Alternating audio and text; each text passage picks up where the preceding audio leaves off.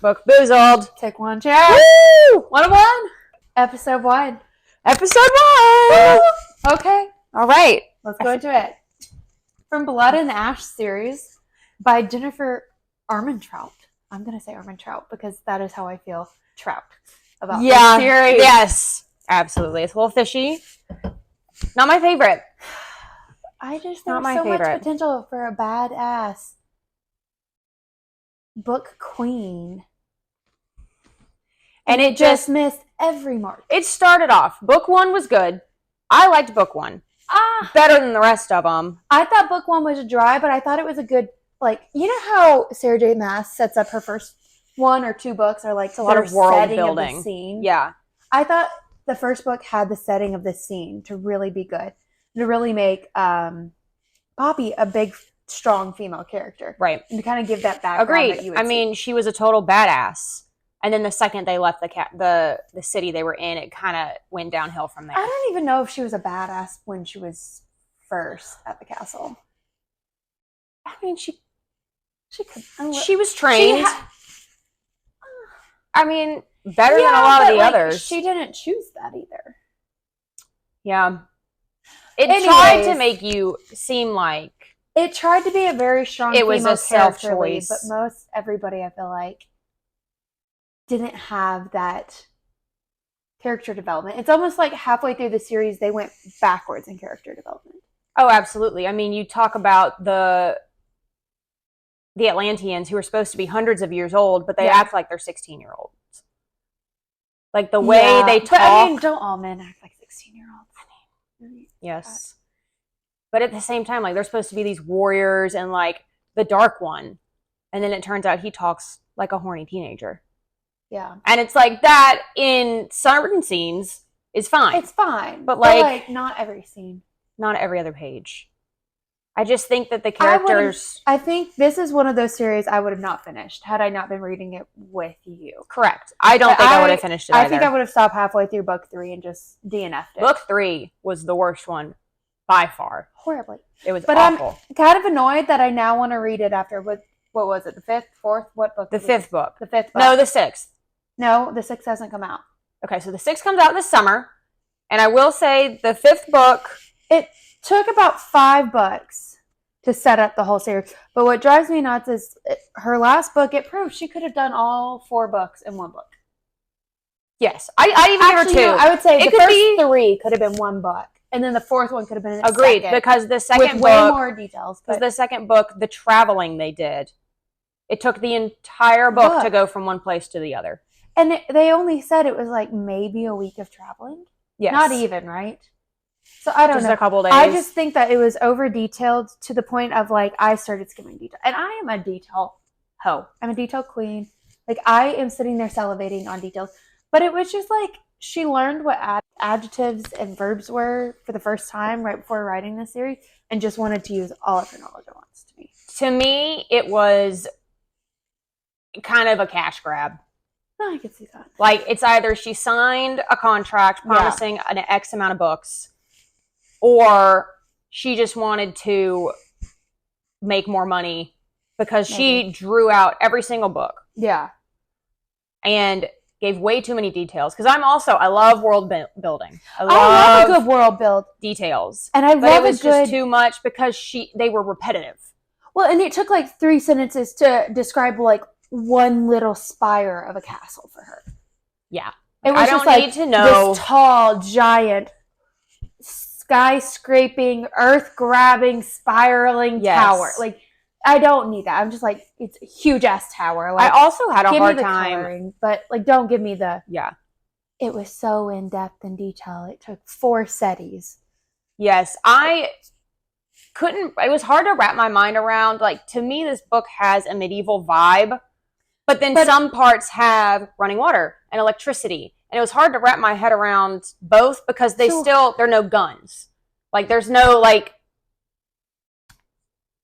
Yeah, so to me, they butt heads a little to me with the medieval feel of... I will say this, like... Solace. Without trying to go into too much details before we do the spoilers, but I think that it really threw me for a loop that, like, it was a power grab for electricity, which is just something very very Andrew Graham Bell-esque. Yeah. But at the same time, like, back then did they have, like, I have no idea when electricity was invented. Late 18, I think early 19. late 1800s, like 1880, I feel like. I don't know. I'm not a historian, don't quote me.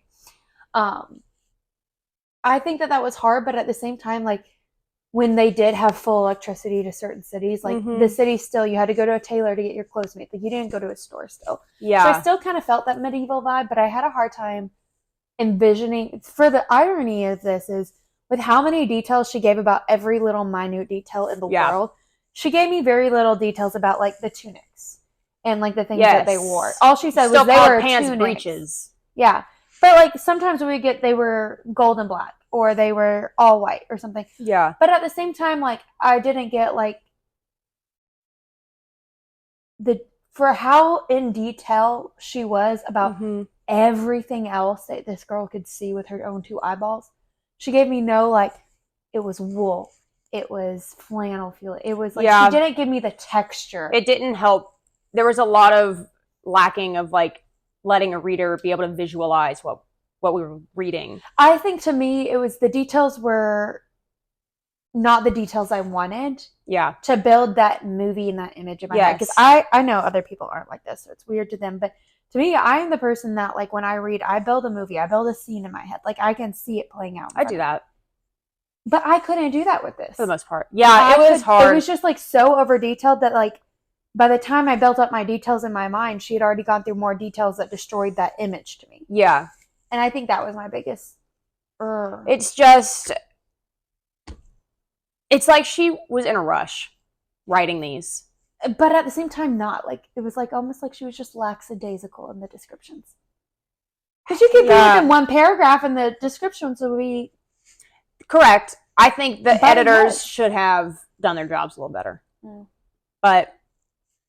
if she'd left out some of the details, it wouldn't have been a 600-page book. Yeah. But I mean, we made it through. We did. I would rate total... I'd give it maybe a 3. 3.5. Because the 5th book was not necessary to be written. I don't think it is a spoiler to say... the 5th book out of the first 4. I've agreed. Yeah. I flew through the 5th one versus the others. But the 5th, I don't think it's a spoiler to say that the 5th is just the male point of view of the first book. The male point of view of the first 3.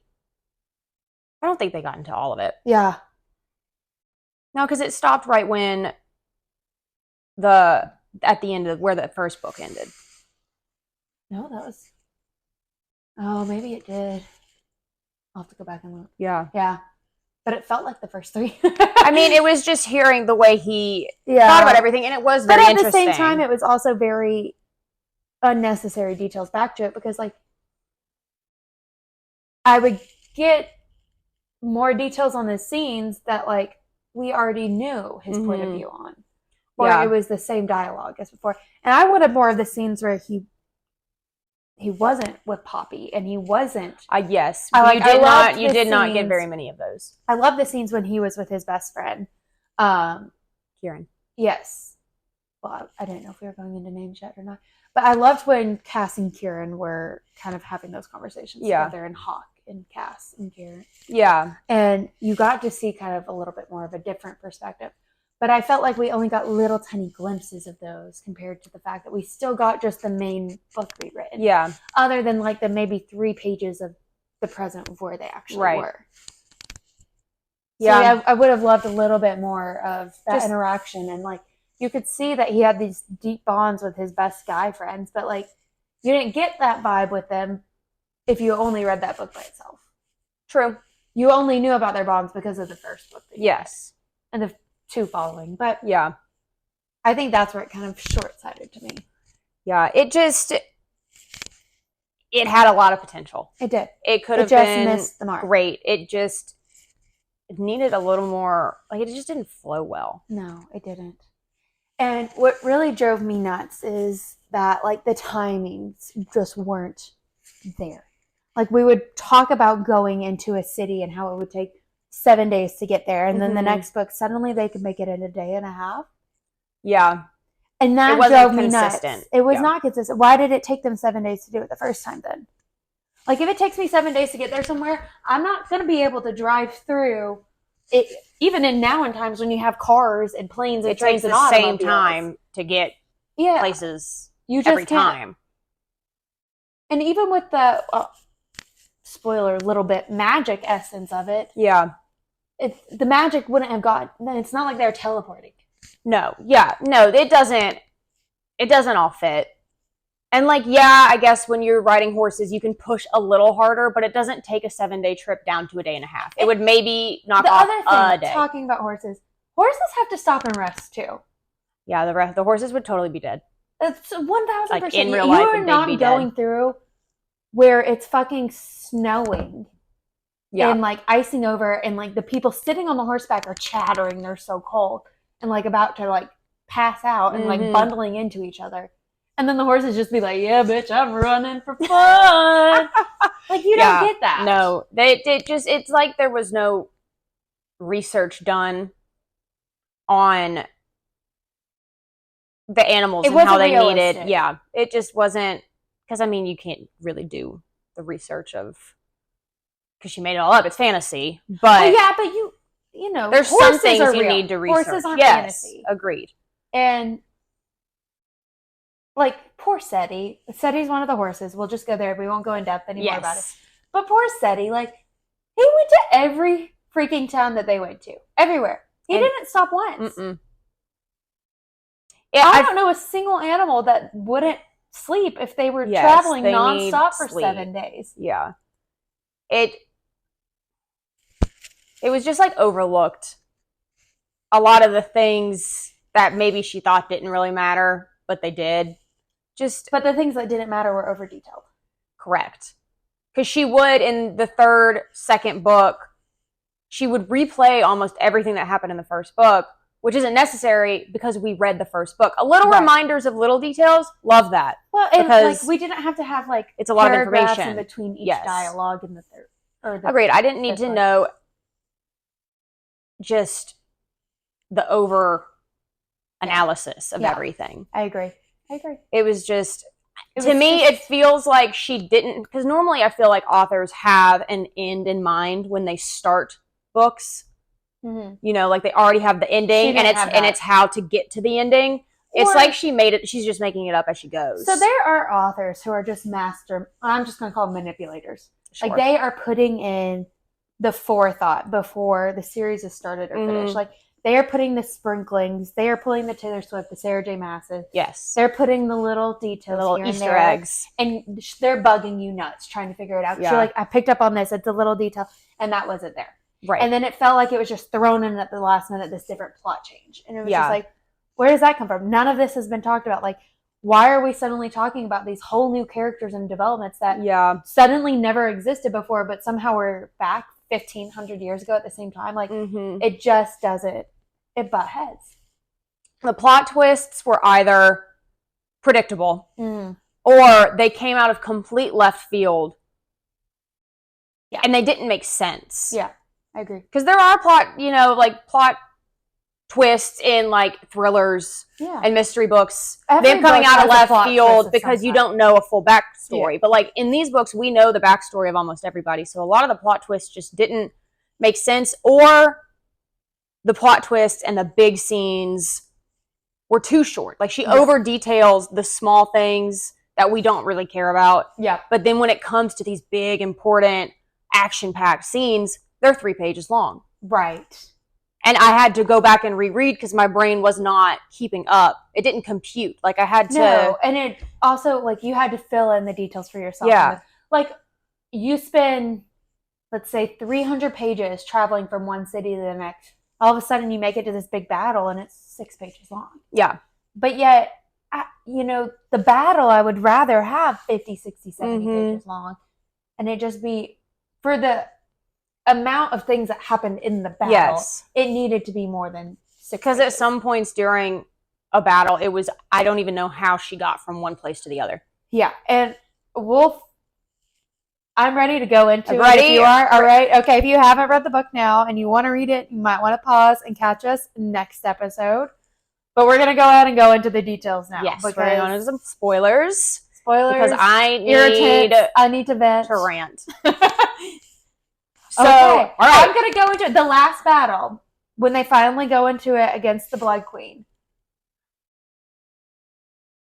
Everybody died. No, but they didn't die, but they did die. But like, here's the thing, like, she was starting to become Seraphina, and yes, but she wasn't Seraphina. The OG but primal. She got wings, but like they were never wings, and they didn't stay with her. It was like they were her like essence shadows? came through her because she's her grandmother.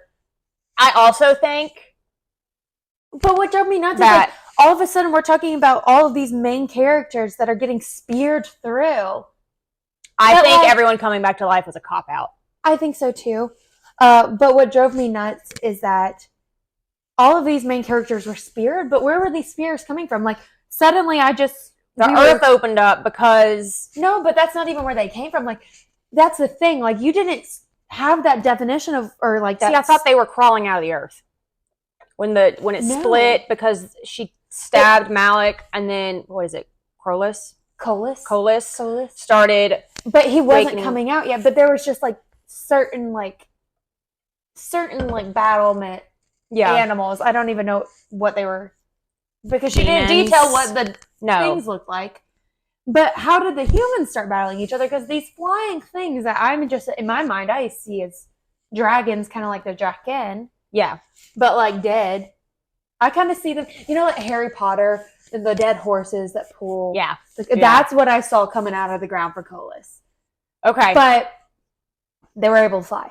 But they're not going to throw spears into people. So when did the Revenants and when did the Atlanteans start fighting? And how is it that every single strong-bodied people, these people that could take Kraken and just throw them across the ground, like, how are they getting speared in their chest? I don't know. It was all...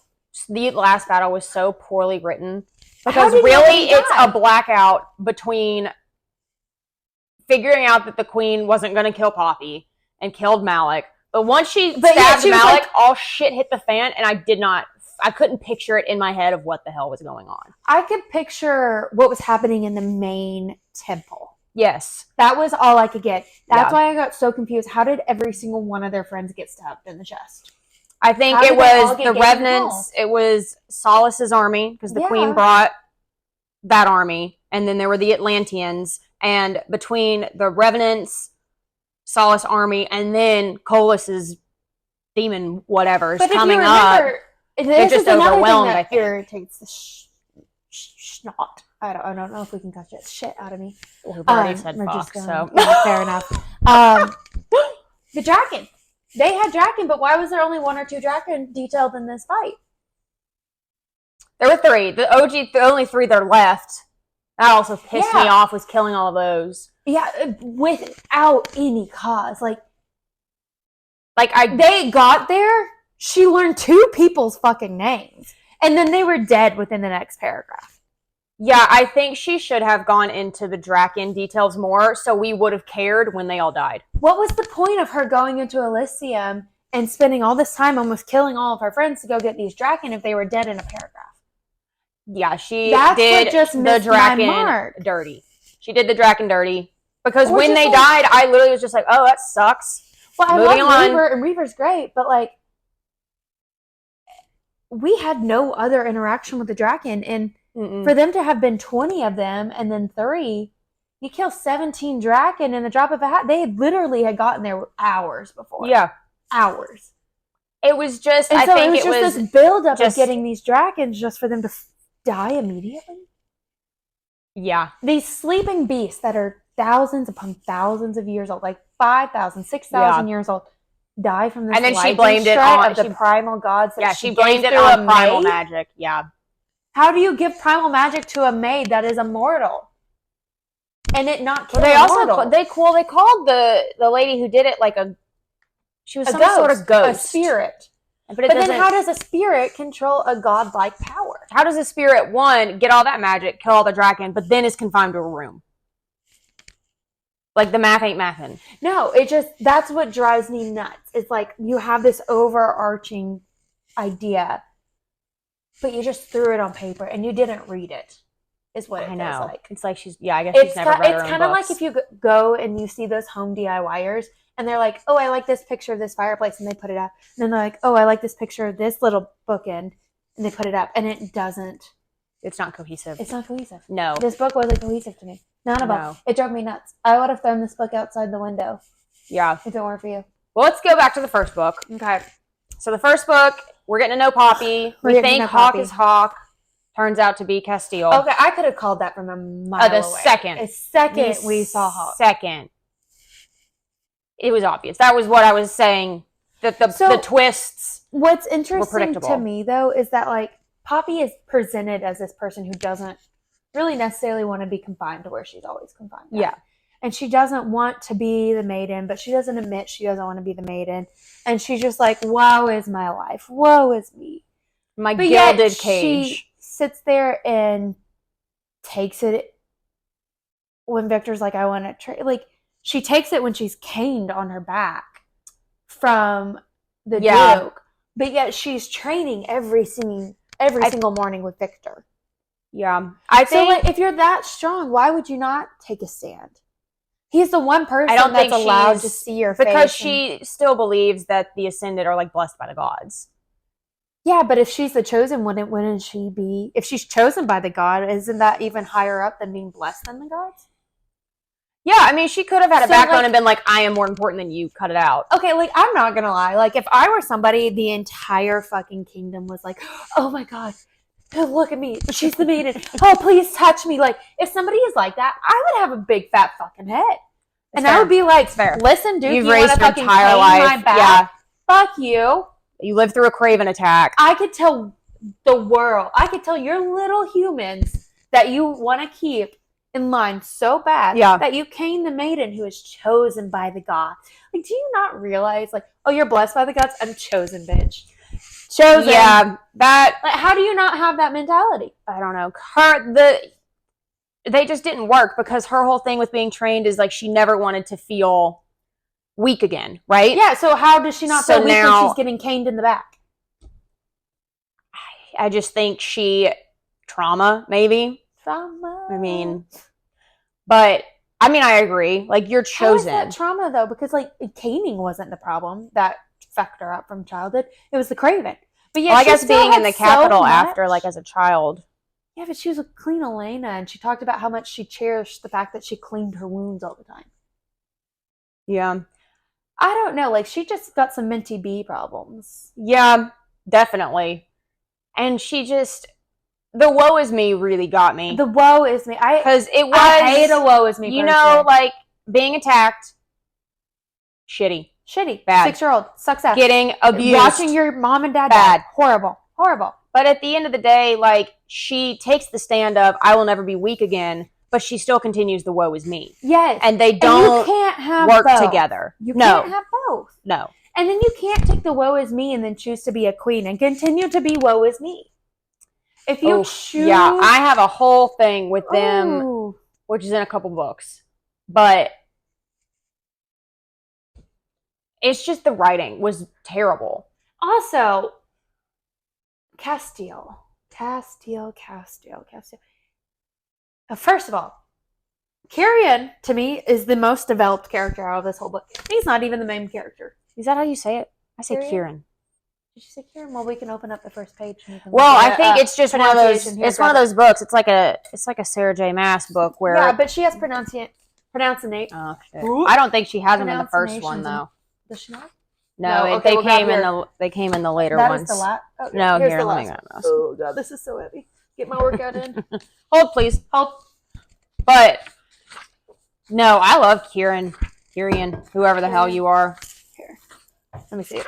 Oh, we got it. Got it. Yes, Kyrian. All right, let's get to the K's. Because we needed a whole ass list. Kieran. Key, like K-E-E. Yeah. Kieran. That's Kieran. kind of how I've been saying Kieran. Am I being too southern? Am I adding some vowels in when I Maybe. All right. I know that happens. Ooh. Oh, Lord. Oh, God. Lord. Okay. He's my favorite character by far because Castile and Poppy get on my last damn nerve. I think Castile and Poppy have no relationship. Poppy and Castile as a couple. It's a physical relationship. No, literally. I don't even think it's that. I think it's just lust. I think it's obsession with his looks. Because I think it's also obsession with the fact that he was the first thing that like she did touch. It gives me very like high school lover people. It's like a little bit of Stockholm syndrome. See, I don't think it's necessarily Stockholm. It gives me that like he's my first choice. I mean, first kiss. Yeah, my first. And but like she did. I mean, she fell in love with I a have captor. loyalty to my first. Like, you know those like high school sweethearts that are like the most obnoxious people in the world. Yeah, because they're just like. It's the like PDA such an abusive relationship. Yeah. Nothing is coherent. Neither one of them have the same goals in life. Like, they shouldn't be together, but they are because it's the only thing they know. The only thing Castile likes about her is when she wants to stab him. And the only thing she likes about Castile is he showed her how to have fuck. Yeah, pretty much. Oh, and this kind of leads into her being like, you're so inappropriate. Yeah. Throughout the entire series. So inappropriate. And it's like, I'm sorry, you're both inappropriate. You can't keep calling things inappropriate anymore. I get that a little bit because it kind of, to me, it's like a little bit of a ribbing with, your significant other. Like, I rib the shit out of my husband. Like, let's be real. I mean, yeah, but it like, just... When we first started talking, like, we would say funny things, and I'll still just be like, llama. Yeah. I'll just be like sarcastic, I guess, with it, but it's still annoying. I do kind of felt like towards the end it was inappropriate because they would always tick up the corners of their mouth when they said so inappropriate. Yeah, but maybe it's just a thing for them. It wasn't a full smile. Lord have the mercy. Oh, yes, never a full smile. No, full smiles were special. No, you only got those when you were in bed together. Yeah, the whole smiling thing. But I don't know. He was like weirdly obsessed with her. Yeah, like. It would make me uncomfortable a little bit. But Kieran and her spend the most time together. And oh my gosh, when Castile had been kidnapped, and Kieran slept in the bed with her every single night. In his woven form, though. In his woven form. Yeah, but like, and Castile is totally okay with his best friend, like... His bonded woven, though. Yeah, but by the end, they're not bonded anymore. They're just best friends. By that point, they weren't bonded at all. Well, now they're joined. That was a whole scene. Did you ever join? That was a wild ride. Do a joining? Maybe one day. Maybe one day. I'll join the UN. Oh my God.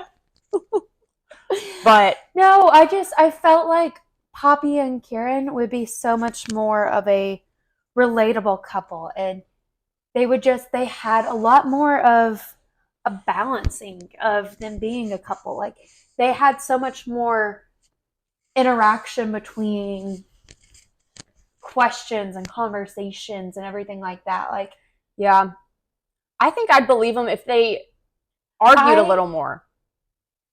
Kieran? No, Castile and Poppy. Argued? That's all they fucking did. No, it's just like he annoys her and she threatens to stab him and then he makes it sexual. Like, they don't actually have discussions about how things, because when they do, Castile's like, I'll do whatever you want. That's true. And that kind of is how he chose, the queen and the god thing. Like, he was like, I never expected to have the crown, but like, he totally had to because Malik's been gone for 100 years. Oh my God. Yeah. So like, if Malik, the crown prince of Atlantia, is gone, he is the second crown prince. Mm-hmm. He was expected to take up that role. Like, you don't just go through 100 years of your life. No. And just be like, not even think about it at all. And it's just be like, it's whatever you want. Yeah. Like, that you've been groomed at this point. He full on, being like hundreds of year old. Malik, not Malek. Malik admitted, he's like, I always thought you were going to take over the crown anyway. Yeah, they said you were the more serious mother. He was like, I was just going to hold it and let everybody do whatever they want and just go do whatever I want. He but Castile expected Cass to have that. Like, that's what I'm saying this whole time. Like, Castile was the one that went to lessons. He did he was supposed to do. Yeah. But when it came down to it, that's why I'm still pissed that he acted like a 16-year-old. Like, he's this one with this stuff on his shoulders. But then also when Poppy and him got married and we're talking about eventually becoming king and queen, and then she superseded everybody and she definitely was the queen, he had like no knowledge to give her. There was no being like, this is how it's done. This is how I was taught. Yes. It was just like, I'll do whatever you want, when he was raised in lessons on how to rule. But at the end, it's But like at it's the all same tossed time, out the I don't window. think they necessarily had that conversation of like, well, how do I be a queen? I don't think that was necessarily the conversation that they were having. I think it should have been. I think there should have been just more logistics to it. Because, like, do I want a man to burn down the world for me? Sure, but in the real world, no. Like, I want to be an equal partner. Yes. You know? Like, I need to have control. I don't need a yes man. I don't need somebody who will just make my head big, and even if I'm making a mistake, tell me I'm doing the right thing. I agree. I mean, I need somebody to check me, and I need to check somebody. Yeah, I need logic. Yeah, because then it gets to the whole. Castile and Poppy were talking to Castile's dad, and he was like, "You have to put the kingdom ahead of your spouse," and he was like, "No, her feelings matter more than the kingdom." And I was like, "Absolutely not." I don't know. Castile bothers me, and you know what? I hate to say this. He's immature for a 200-year-old man. This series would have been better had Malik or Castile passed away in that last battle. I'm going to it. Someone should have died. No one has died. The Blood Queen technically died and went to Elysium. So that no, she went to whatever their version of hell is, though. Elysium's where like the gods live. Yeah, and all that stuff. They said that she was going to Elysium so she could be tortured by her dad and grandmother, or her granddad and grandmother. Poppies. Yeah. Which is what? It wasn't Nectus, because Nectus was the dragon. What was his name? Nikos, yeah. Nikos and the consort Seraphina wanted to torture her, so she was going to Elysium and to be like locked up forever. But it was going to be her hell. But she's the only one who's died. Like, we lost Elijah. Well, we lost Ian. R.I.P. Elijah and Ian. Ian's the brother. But none of the main characters have died. I'm really surprised they didn't kill Tawny. Like, what is up with Tawny? I think that she kind of might be like a light-souled revenant. Like, I think the revenants that are currently... I'm interested to see how I think this. The revenants that are currently made were made with bad intentions and for the reason of destroying. Yeah. And then you have Tawny, who was on the verge of dying, and they sent her to... Victor. No. She talked to Victor. Yeah, she talked to Victor, but I'm saying, like, the Blood Queen sent her to Poppy, pretty much. Oh, yeah. Already, like... Almost dead. Yeah. And with the Shadow Stone in her body, pretty much. And all of a sudden, all the light drained out of her hair and her eyes and everything. But, like, if you think about it, it could also be seen as, like, the light of life. Right. The brightness like the gods needed her good. The brightness of being good, the brightness of coming in and being Poppy's, sounding board in a good way for a god. I could see that she being a type of almost revenant, but, like, on the good side of things. Right. Maybe. Something to twist, but I mean, they don't give you a lot to play with in twists. I don't think that in the last book, speaking of Revenant, the Revenant that Callum Castile. Oh, okay. Mammered. Like, mauled, full on, tore apart. Destroyed. There's no way he's going to come back. Why the fuck would he destroy the one Revenant that you finally find the pretty Poppy, pick it up, watch it bleed. That creepy. Yeah. He hears that, and the first thing he's like, chomp, chomp, chomp. Not like, restrain. Well, I think they did say that they were going to put him in the dungeon, because he will regenerate. Phases. But it'll take a minute, but they do regrow their everything. Yeah, but his entire body was dismembered. I guess it's just which one will they, I guess the one with the heart. He shredded his body. I don't know. Decapitated his head and chomped on his arms and legs. They can regrow everything. They didn't have any dragon blood. What do you think? Do you think Poppy will come back with her memories? I think she will, because she's been listening to the stories the whole time. I think it's going to be obnoxious that she's going to come back with her memories, and all of a sudden the book would be so much more interesting if she didn't. Cave cat. That's not a cave cat. I mean, I will read the next one. And also would just like give me so much satisfaction, because Poppy is just given everything she wants. It all falls in her lap. All falls into her lap, and she doesn't try for it. She doesn't she's just like, nah, might as well, kind of a vibe. And that drives me nuts. I hate people like that. But what's interesting to me is her husband now is this thing that can transform. Mm-hmm. What would just give me such great joy is if her husband could now transform too, and she couldn't. I know.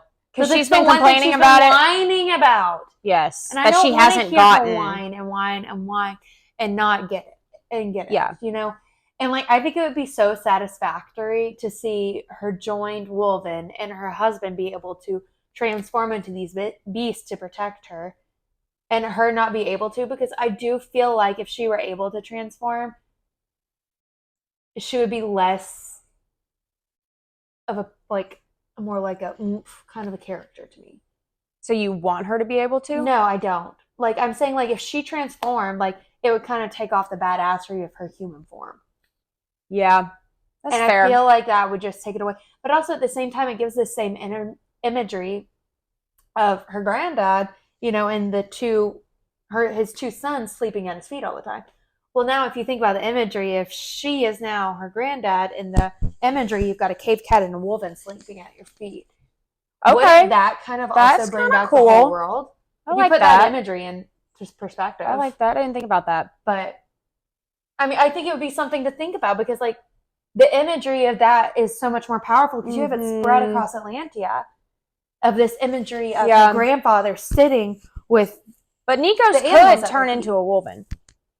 He was just never pictured that way. Remember? Because they were like, the wolven was either next to him or behind him in all the statues. Yes, but it wasn't that he could transform. It was that he was given the power later in life to be able to communicate with the wolven. Because he created the wolven. Yeah, he created the wolven. Did he? Sort of. Or did his dad do it? He created the wolven to protect the deities, his kids. Yes, correct. And so it would kind of also give that imagery back of, you are as powerful, if not more powerful, than your granddad. And she is, because she's the primal of life and death now. Yeah. When she wakes up from her stasis. True. But at the same time, like, that also kind of sets that table for her to fix the shit show of the world that they've got right now. Well, if you can go and just do something miraculous. Yeah. Like create a wolven. Yeah. I mean, we'll see how, I mean, she's supposed to be the most powerful being now. But now all the gods are reawakening. How is she the most powerful if you've got Colas, who was also a primal in his own right, originally, that is hundreds of thousands, probably years older than you, if not thousands. Yeah. I think it's going to be, I think she's going to be powerful, but it's going to be the fact that they made it clear that some of the gods are not on her side. And I would love to see a god battle, like a boom boom. I think we're going to. Oh, I think we're going to, but it's going to drive me nuts. She's going to be this like little Switzerland baby child. I don't know. I just want to live with my husband in Atlanta and just kind of try to sit back the whole book, and it's going to drive us nuts. Yeah. Is what it might feel like. But maybe I'm wrong. I don't know. I hope that she kind of gets that badassery back. Because she has these moments of being able to be this badass queen and leader. Yeah. And she backs out of every moment to lead. Yeah, she's always gives it to someone else. The only thing that she uses to lead is like feelings and emotions. And that can only go so far. Humpty Dumpty feelings can only get you so far for so long. I feel like the only decision she actually made was to leave and go rescue Castile. Yeah. Because the former king, her father-in-law, was like, no. As much as I love my son, that's not what you need to be doing right now. And she was like, I don't care, I'm going to do it. So that's, I think, the only time. I also argue that is the most stupid thing for her to do. As a queen, she's not being a queen. No, she's acting like a foot soldier, which is like admirable. Is it? That she's willing to get her hands dirty. Her kingdom. And I mean, yeah. If she goes after Castile to get her from her enemy territory with only 2 people to back her up. Yeah. Talk about that for a minute. But at the same time, she would be in the Blood Queen's territory. Then, they got caught. Yeah. But if she had killed her, the Blood Queen would have known that Atlantia is free for taking. Yeah. But the whole weird, she's my daughter, I love her, messed up thing. Okay, if she's your daughter, then you wouldn't have done everything you did for life. She just did it all for revenge. In a fucking veil and not let her talk to anybody her whole life. She just wanted to. She was like raising a pig for slaughter, to take a quote from Harry Potter. But at the same time, like, even pigs for slaughter have life.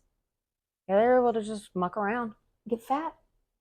No, I think they just wanted her sheltered so nothing happened to her. I think that she didn't want her to find out the truth. Oh, 1,000%.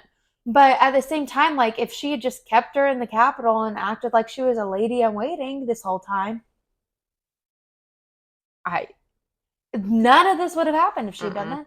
No. But and that's the other thing, if this, Queen Elena, Isbeth, whatever you want to call her, Isbeth. Yeah. If she had kept her kid, just said she was a lady in waiting for X amount of time and kept a couple kids around her age that didn't go through the ascension at the same time, that would look more normal. That would look like the gods want her to ascend, but the gods have said she needs to get more mature or something like that. And for this woman who has been scheming for like 40 plus years at least, because she has an older sister,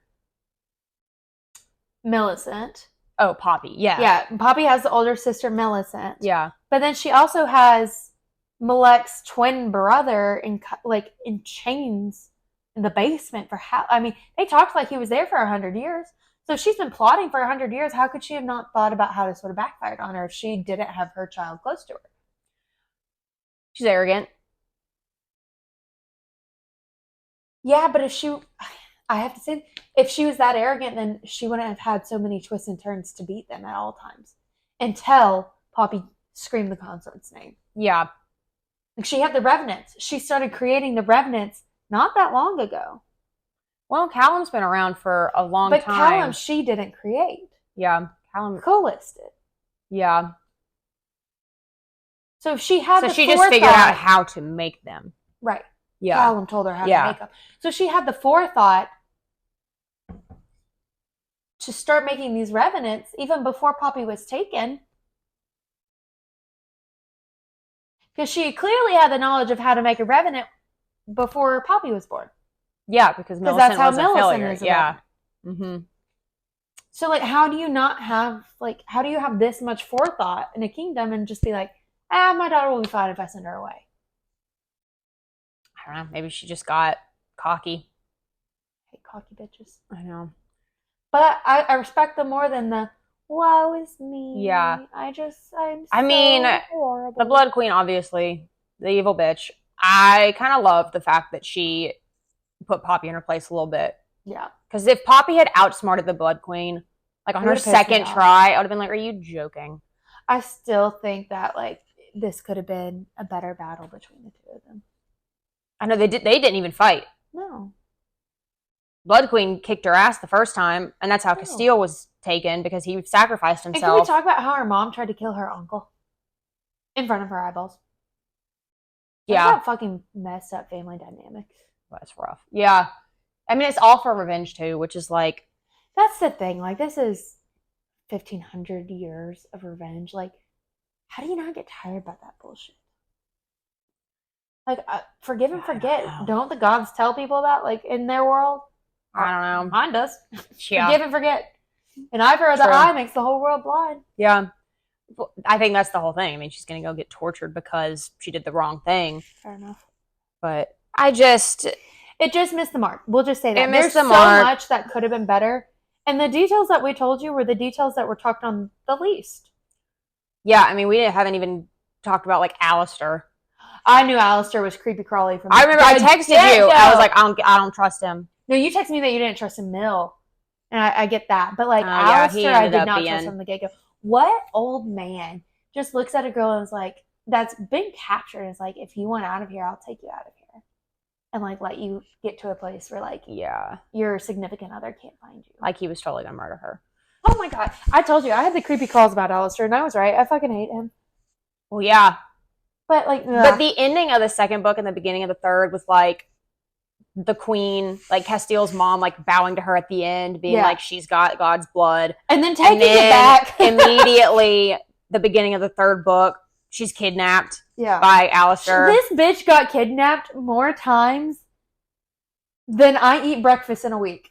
Yeah, it's they built her up to be this badass person, and then she got kidnapped literally every other page. Other city they went into. At least in every book. I'm not kidding. Every other city. If you read back, every other city she got kidnapped. She got kidnapped in New Haven. She got kidnapped in Macedonia. She almost got kidnapped in Sepsis Inn, but then they make it to what is it?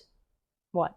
Carcedonia, the No, capital, not Carcedonia. Well, she got kidnapped there, but not in Atlantia. in Atlantia before they made it to Avon. It was the temple. It was the temple, but it was a certain city. But anyway, don't remember. the temple, she got kidnapped there. Like, I'm telling you, this girl got kidnapped probably 7 times in this book. It's just none of the book made sense. No. None of them made She sense. got kidnapped more than they had books made. And I she had wasn't to- even one of the main people in one of these. So if 4 books from her perspective, she got kidnapped twice per book. Yeah, it's But just yet somehow she no for spent me. how many years fucking learning how to fight and defend herself and not be weak and helpless anymore, but she got kidnapped yeah, it all just the damn time. it missed the mark. They were not well thought out books. No. And But you know, I'll read the next one to see. We'll read the ending next through. one. I don't even know if that's the last one though. I think there's supposed to be 2 more. So 7. Mm-hmm. Okay. But I will say, if it comes out in January of 2025, I'm sorry, I'm putting Fourth Wing 3 in first. That's so true. I'm so glad. I already so did ready. you pre-order it, the deluxe. I haven't I yet. did. I'm debating if I want to wait to get the deluxe version or wait for the special edition that that they're also going to pre-order availability for. I'll probably pre-order them all because I pre-ordered the deluxe edition from Amazon, Okay. and they you don't have to pay until they ship it. Oh, nice. So you can My pre-order house it. would forget that I was paying for it. I'd be like, Mom, what did you buy off my Amazon? Yeah. So that comes out in January, and then there'll be like the indie version and everything that goes to the smaller bookstores. And You know what I would love to see Fourth Wing in a series?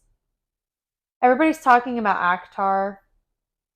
I would love Throne of Glass, or I'd love Fourth Wing in a Game of Thrones type series. I think Rebecca Yarros is in talks of making Fourth Wing. I think those have begun. I think she is too, but fingers crossed. I think Sarah J. Maas is doing the same thing. We're bunny holing now. I know. Sorry, Back guys, to bunny hole. But I will say, there's plenty more to come.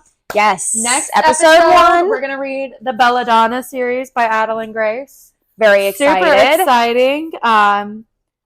Super excited for this series and these episodes to keep going. Yes, we're gonna We're figure not it out. focusing on just fantasy, so if you like anything and everything between, I know we got some Colleen Hoover friends that might be interested in a couple of these books. So we're just gonna but we're gonna take it as it goes. It's gonna be great. I'm so excited. I'm so excited too. Episode Yay! 2, see you there. All right. All right. Bye, guys. Bye. Book Boozled. Book boozled.